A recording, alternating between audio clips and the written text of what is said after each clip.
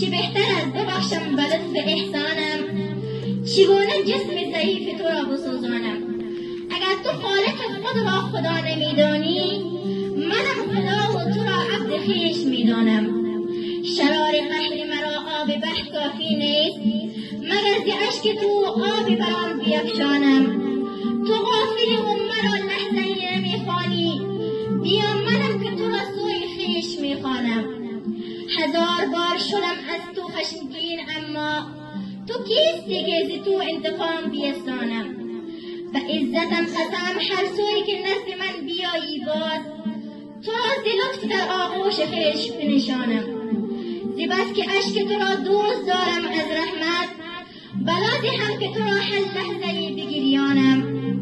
هزار بار گناه کردی، بیا یک بار بگو الهی من عفو، من بخشایم.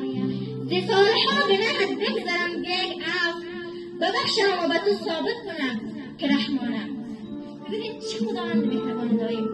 در مقابل هر